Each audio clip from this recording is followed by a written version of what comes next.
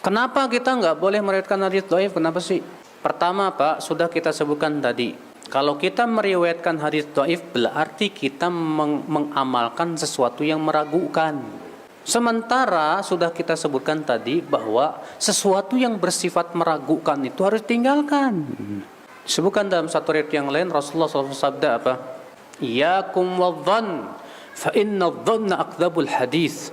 Jauhi oleh kalian dugaan-dugaan. Karena dugaan-dugaan itu sedusta-dusta perkataan. Hadis yang dhaif itu masih duga-dugaan, Pak. Ada dugaan iya, ada dugaan tidak. Iya kan? Masih tingkat duga-dugaan ini. Sedangkan Nabi mengatakan bahwa dugaan itu sedusta-dusta ucapan. Berarti kalau kita mengamalkan hadis dhaif, kita sudah mengamalkan sedusta-dusta ucapan. Kenapa? Karena itu sifatnya masih dugaan.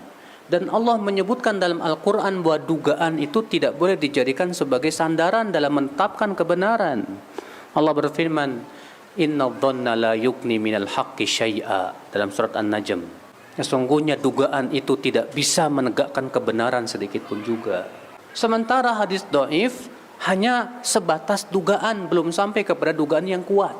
Tapi dugaan yang lemah, bahkan ragu-ragu, yang menimbulkan keraguan di situ.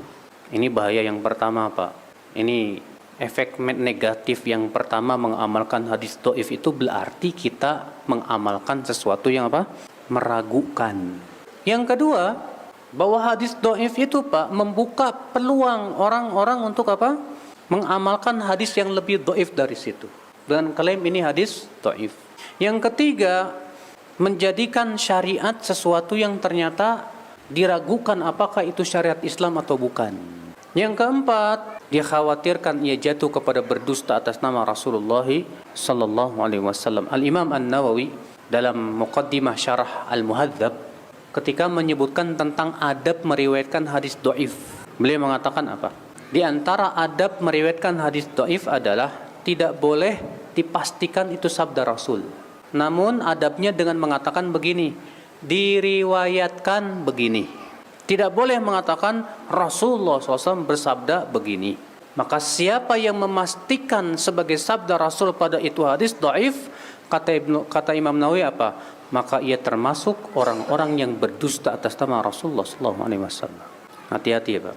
Imam Ibnu Hibban dalam kitab Al-Majruhin memberikan sebuah bab di mana beliau membawakan hadis, man haddatsa anni bihaditsin yura annahu kadhibun fahuwa ahadul kadhibain.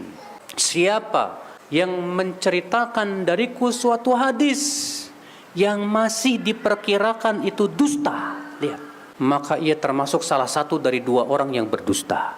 Kata Ibnu Hibban membawakan bab itu, bab man syakka fi riwayati ahwa minas sahih am minas saqim fahuwa dakhilun fi hadzal khabar.